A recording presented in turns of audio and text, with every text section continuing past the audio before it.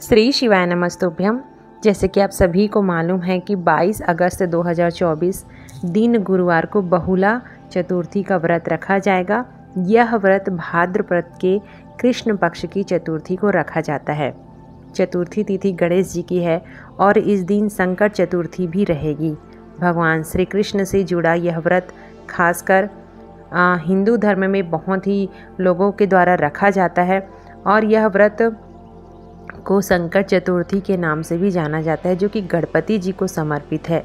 और बहुला चौथ में श्री कृष्ण और बहुला गाय की पूजा की जाती है। यह दिन इसलिए और भी ज़्यादा खास हो जाता है और इसका महत्व इसलिए है क्योंकि यह दिन मुख्य रूप से गायों और बछड़ों के कल्याण के लिए माना जाता है। बोल चौथ या बहुला चौथ के दिन लोग दिन भर उपवास रखते हैं। शाम को गायों और बछड़ों की पूजा की जाती है। ऐसा माना जाता है कि जो लोग दिन भर उपवास रखते हैं और शाम को गायों की पूजा करते हैं, उन्हें संतान, धन और समृद्धि का आशीर्वाद मिलता है। बहुला चौथ या बोल चौथ या संकट चतुर्थी के दिन जो यह व्रत रखता है भाद्रपद की चतुर्थी को, उस दिन उसे गाय के दूध का सेवन नहीं करना चाहिए। गाय के दूध से बनी हुई वस्तुएं या दूध पीने से या कुछ भी गाय के दूध से बने हुए उत्पाद को खाने के लिए उस दिन परहेज किया जाता है, क्योंकि उस दिन गाय की पूजा होती है। इसलिए अब मैं आप सभी को बताती हूँ कि बहुला चौथ के दिन आप ऐसे कौन से उपाय कर सकते हैं जिससे आपके जीवन में जो भी कार्य है बहुत ही जल्द से सफल हो जाए। देखिए, इसके लिए आपको क्या करना है, आपको ले लेना है गेहूं के दाने। मीन्स जो अनाज होता है ना, गेहूँ, उसी को आपको ले लेना है 2 से 3 चम्मच। उसको लेके किसी कटोरी में रख देना। उसके बाद क्या करना है, चतुर्थी के दिन जब चंद्र का उदय होता है शाम को रात्रि के समय, तो चंद्र भगवान को देखते देखते 1 लोटा आपको जल से अर्घ देना है, उनको चढ़ाना है। उसके बाद आपके घर के मंदिर में जो स्थल होगा वहाँ पे गणेश जी की मूर्ति या प्रतिमा तो होती ही है, तो आप क्या करोगे, आप एक आसन बिछा लेना। आसन बिछाकर वहाँ पे बैठ जाना और बैठने के बाद आप सभी को 2 कार्य करना है। पहला कार्य यह करना है कि आपको एक गोलबाती का दिया जलाना है। दूसरा यह करना है कि आपने जो गेहूं के जो दाने लिए हैं, अर्थात जिस कटोरी में रखे हुए हैं, उसको आपको एक कटोरी में दूसरे साइड रख देना है। मतलब एक तरफ दिया जलेगा, एक तरफ गेहूं के दाने रहेंगे। उसके बाद आपको क्या करना है, जो आप गणेश जी की पूजा करते हैं, जैसे आपको दुर्वा चढ़ाना है, उस दिन दुर्वा अवश्य से चढ़ाएं। जो पूजा करते हैं आप संपूर्ण पूजा कीजिए, जैसे आप पूजा करते आए हैं चतुर्थी का वो कीजिए। देखिए, जो व्रत रहते हैं उसको भी यह उपाय करना है, जो व्रत नहीं रहते हैं उसको भी यह उपाय करना है। तो इस बात का विशेष ध्यान रखिए। अपनी मनोकामना को पूर्ण करने के लिए, अपने परिवार के मनोकामना को पूर्ण करने के लिए उस दिन संकट चतुर्थी का व्रत या व्रत नहीं भी करते हैं तो इस उपाय को अवश्य से करके देखिएगा। आपने जो दुर्वा फूल चढ़ाने हैं वो चढ़ा लीजिए। उसके बाद कोशिश करें कि इस दिन भगवान को लड्डू या मोदक का भोग अवश्य से लगाएं। भगवान से प्रार्थना करें कि हमारे घर में जो भी व्यक्ति हैं उसे आप उसकी मनोकामना को पूर्ण करना, और यह पूजा मैं आपके लिए कर रही हूँ, ऐसा बोल के आपको क्या करना है, भगवान से प्रार्थना करनी है। और जो गेहूँ आपने गणेश भगवान के सामने रखी है उसको उठाकर किसी डिब्बे में रख लेना।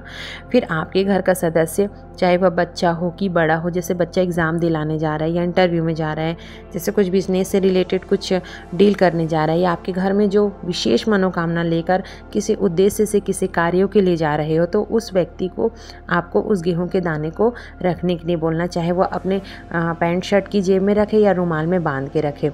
फिर देखना उसका जो भी कार्य है, जिस कार्य के लिए वो जा रहा है, उस कार्य में उसको सफलता अवश्य से मिलेगी। फिर जब वो वापस आता है उस कार्य को करके, फिर क्या करोगे, जो गेहूं के दाने उसके जेब में रखे होंगे उसको उठाना है आपको और उसको ना चिड़ियों के लिए डाल देना है। तो यह रहा गेहूं का बहुत ही अच्छा सा उपाय, जो कि पूज्य गुरु जी ने अपनी कथा में बताई हुई है। अब मैं आपको बता रही हूँ अगला उपाय।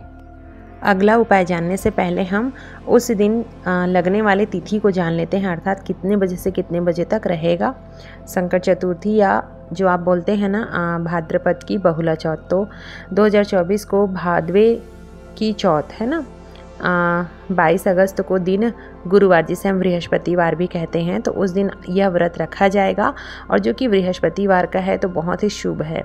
ऐसे में 22 अगस्त के दिन आपको भादवे की चौथ का व्रत रखना चाहिए। यह चतुर्थी तिथि कब से शुरू होगी, 22 अगस्त दोपहर 1:04 से शुरू होगी और 23 अगस्त सुबह 10:03 के आसपास इसका समापन हो जाएगा। तो उदया तिथि और व्रत करने के नियम और चंद्रोदय के समय के आधार पर 22 अगस्त को ही पंचांग में लिखा गया है कि चौथ का व्रत किया जाएगा। अब इसमें चंद्रोदय का समय ज़रूर ध्यान रखना, क्योंकि अर्घ देकर ही आपको पूजा पाठ करना है, भोग लगाना है, अपना व्रत खोलना है। तो आपको जो चंद्रोदय होगा वह 22 अगस्त को रात को 8:43 पर होगा। उसी के आसपास ही है, तो आप इस चीज़ का ध्यान रखें, ठीक है। ज़्यादा अंतर नहीं होगा। तो और इस चीज़ को आप ध्यान में रखकर ही पूजा पाठ करें। तो अब मैं आपको बता रही हूँ उपाय करने हैं, जो कि गुरुवार का दिन भी है, तो श्री गणेश महाराज को भी बहुत अधिक प्रिय है और पीला रंग श्री हरि विष्णु भगवान को भी बहुत अधिक प्रिय है। तो सभी को विशेष तौर पे नहाने के पानी में गंगा जल और 1 चुटकी हल्दी डालकर स्नान अवश्य से करना चाहिए इस दिन। तो इससे क्या होता है, हमारे शरीर में जो भी रोग आने वाले होते हैं वह रोग वैसे ही खत्म होने लगते हैं। उसके बाद सूर्य नारायण भगवान को अर्घ जरूर से दीजिएगा।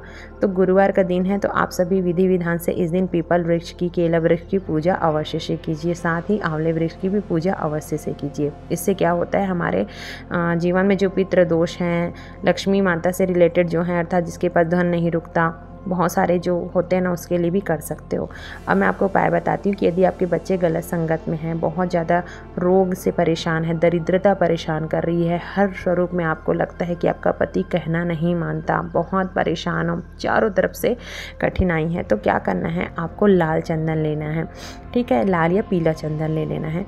इसको लेने के बाद क्या करना, आपको उसको जैसे कि पाउडर फॉर्म में मिले तो भी ठीक है, नहीं मिलता है तो भी ठीक है, तो चंदन वाला ही उपाय आप करके देखिएगा।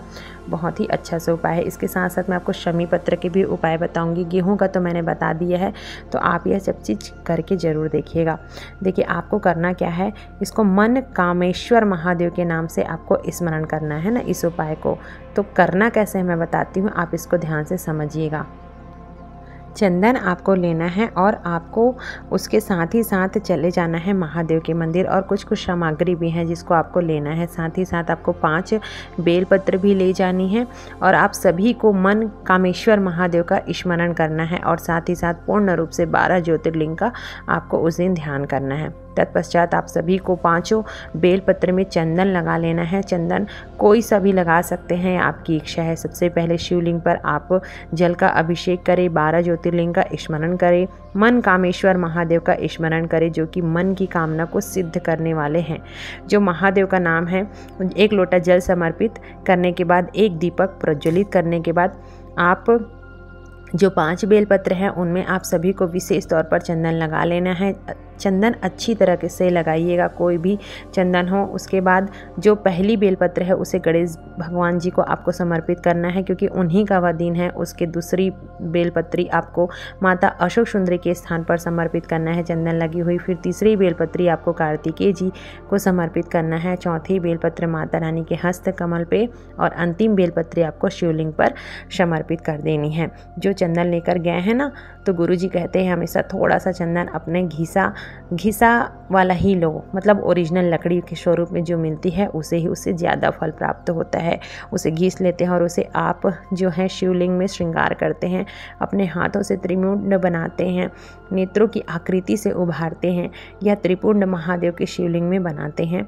तो शिव का सुंदर श्रृंगार चंदन से करते हैं, तो जो महादेव है ना वो बहुत ही प्रसन्न होते हैं, और अपनी मनोकामना कहकर हम जो 12 ज्योतिर्लिंग का स्मरण करते हैं, यदि आप चंदन का लेपन करके शिव जी से प्रार्थना करते हैं, फिर उसी चंदन को आप अपने घर पर वापस लेकर आते हैं। अर्थात आपको अपना हाथ धोना नहीं है, पोंछना नहीं है, आपको कटोरी में उसी चंदन को, शिवलिंग पर लगा हुआ चंदन को एक कटोरी में प्राप्त कर लेना है। उसके बाद आप अपने घर आते हैं तो अपने पति या बच्चे को उस चंदन को टीका के रूप में अवश्य से लगाएं। जो क्रोध करता है, जो पढ़ाई में मन नहीं लगाता, बच्चा जिसकी परीक्षा में उन्नति नहीं हो रही है, रोग कर्ज संकट पीड़ा से मुक्ति करता है, यदि आप इस चंदन को डिब्बा में भर के रख लेते हो और रोज ही अपने परिवार की खुशियों के लिए उनके मस्तक पर लगाते हो, तो आप इसे अवश्य से करके देखिएगा। देखिए यदि चंदन सूख जाता है तो आप उसमें गंगा जल डाल के उसको प्रयोग में लाएं, क्योंकि वह शिव जी पर, शिवलिंग पर चढ़ा हुआ चंदन है। यदि थोड़ा सा भी मात्रा ली है, थोड़ा सा भी चंदन लगाते हो तो इसका आपके पति और बच्चों पर बहुत ही अच्छा असर होगा। देखिए, यह मन कामनेश्वर वाला बहुत ही अच्छा सा उपाय है जिसे आप करके ज़रूर से देखिएगा।